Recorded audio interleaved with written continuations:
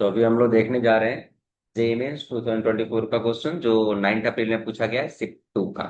अब जरा देखते हैं इस क्वेश्चन को। क्वेश्चन क्या रहा है कि limit x tends to pi by two है, इंटीग्रेट कर रहा है वो एक्स क्यूब से लेके pi by two x cube तक साइन 2 टाइम्स ऑफ टी का पावर 1/3 प्लस कॉस टी का पावर 1/3।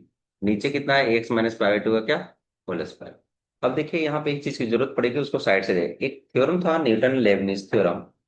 उसमें क्या करना होता था, जैसे मान लीजिए कोई फंक्शन है F T D T, let suppose, और इसकी लिमिट जा रही है, लेट सपोज एनी फंक्शन ले लेते हैं फाई एक्स से लेकर के साई एक्स तक। तो हमें पता है ये जो फंक्शन है वो टी का नहीं है बल्कि किसका है, एक्स का है, क्योंकि फाइनली इंटीग्रेट होगा और लिमिट पुट हो जाएगा तो एक्स का फंक्शन बचेगा। तो इसका डिफ्रेंसिएशन करने का तरीका क्या सीखा हमने कि सबसे पहले जहां जहां टी है वहां वहां अपर लिमिट आकर पुट हो जाता है, that is it becomes pi of क्या psi x into psi x का डिफरेंशिएशन, अपर लिमिट का डिफरेंशिएशन माइनस, फिर क्या होता है लोअर लिमिट जाकर पुट हो जाता है। ये कितना होगा F of pi x into क्या हो जाता है पाई एक्स का क्या डिफरेंशिएशन। बस इस बात का ध्यान रखना है जब आप डिफरेंशिएट कर रहे हो तो जैसे इसका वेरिएबल टी है, इंटीग्रेशन के अंदर सारे क्वांटिटी क्या हो टी के टर्म में ही हो। अगर कुछ एक्स का आ जाए तो उसको आप बाहर कर लीजिए और नॉर्मल प्रोडक्ट रूल से आप सोल्व कीजिए। तो चलिए पहले क्वेश्चन को देखते हैं, समझने की कोशिश करते हैं क्वेश्चन का फॉर्म क्या है। लिमिट एक्स टेंस टू कितना दे के रखा है पाई बाई टू, और ये क्वेश्चन क्या है एक्स क्यूब और ये है पाई बाई टू का क्यूब, साइन है 2 टाइम्स ऑफ टी का पावर 1/3, कॉस है टी का पावर 1/3, और ये पूरे क्या है डी टी। अब जरा समझने की कोशिश कीजिए, तो इसके बाहर है x minus pi by two का होल स्क्वायर। आपको लग रहा होगा कि ये जो टर्म है पूरे के बाहर दिया हुआ है, कभी कभी ये टर्म इसके साथ नहीं देता है, आप फिर भी उसको बाहर कर सकते हैं। रीजन ये है कि इस इंटीग्रेशन का वेरिएबल कौन डिसाइड करता है, ये इसका वेरिएबल क्या है टी। बाकी सारे टर्म को हम बाहर कर सकते हैं। अब इसके बाद अप्रोच करना शुरू कीजिए। एक से अगर पाई बाई टू को अप्रोच करेगा तो ये भी पाई बाई टू का क्यूब हो जाएगा। तो अगर पाई बाई टू के क्यूब से पाई बाई टू क्यूब को अप्रोच करेंगे तो ये जो ऊपर का लिमिट का आउटपुट आएगा वो जीरो को अप्रोच करेगा, क्योंकि एरिया लगभग जीरो हो जाएगा।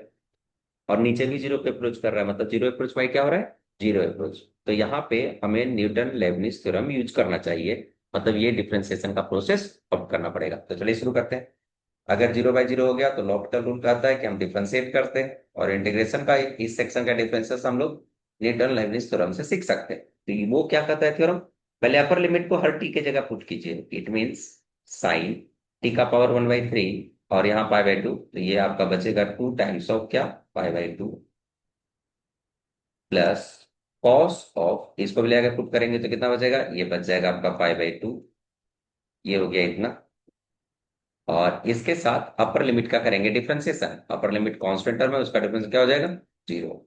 फिर क्या करेंगे एक्स क्यूब, ये कितना होगा साइन एक्स प्लस ये हो जाएगा कॉस एक्स, और फिर होगा एक्स क्यूब का डिफरेंशिएशन दैट इज 3x का क्या स्क्वायर। नीचे आ जाएगा 2x माइनस क्या पाई बाई टू, नीचे का अलग से डिफरेंशिएशन करें तो एक्स स्क्वायर का डिफरेंशिएशन होगा, अंदर का डिफरेंशिएशन तो वो नहीं रह जाएगा। अब क्वेश्चन को थोड़ा आगे बढ़ाएंगे। लिमिट एक्स टेंस टू कितना देके रखा है उसने पाई बाई टू दिया, तो ये सेक्शन तो पूरा जीरो हो जाएगा। इसलिए ध्यान रखिएगा कोई भी एक लिमिट कांस्टेंट रहे तो जब हम उसे डिफरेंशिएट करेंगे तो फाइनली उसे जीरो ही हो जाना है। तो इससे अच्छा होगा कि आप इसे लिखे ही नहीं। तो हमारे पास अब कितना बचा -3x स्क्वायर, यहाँ क्या बचा sine 2x plus cos x divided by, हो गया हमारे पास 2 × x माइनस क्या पाई बाई टू। अगर आप ऑब्जर्व करें तो आप पाई बाई टू को अप्रोच कर रहे हैं, पाई बाई टू को अप्रोच करने पे ये पाई चला जाएगा तो ये जीरो चला जाएगा, ये जीरो चला जाएगा और ये जीरो चला जाएगा। लेकिन आप इस x के बारे में सोचिए तो ये पाई बाई टू का स्क्वायर चला जाएगा जो कि एक नॉन जीरो वैल्यू है पूरे के प्रोडक्ट में, तो क्यों ना उसको पुट कर ले। उसको पुट करके चलिए बाहर कर लेते हैं। तो ये पाई स्क्वायर बाई फोर बाहर आ गया। अब क्या बचा limit x tends to pi by two, zero by zero का फॉर्म बचा।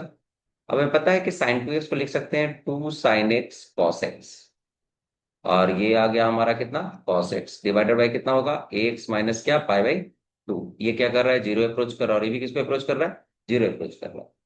तो -3 पाई स्क्वायर वाई कितना हो गया 8। अब आप यहां से चाहे तो cos x को आप कॉमन ले सकते हैं, x tends to pi by two है तो कितना आ जाएगा, हम cos x को कॉमन कर लेते हैं। देन ये हमें देगा 2 sin x प्लस क्या, 1 डिवाइडेड बाई कितना, x-π/2। π/2 अप्रोच करेंगे तो कॉस तो जीरो की तरफ जा रहा होगा। लेकिन ये जो क्वांटिटी है ये नॉन जीरो वैल्यू दे रहा है, sin π/2 1 हो जाएगा, इट मीन्स ये 3 दे रहा है, इस 3 को हमें बाहर कर लेना चाहिए। तो अभी कितना बचेगा, -9π² बाई क्या, 8।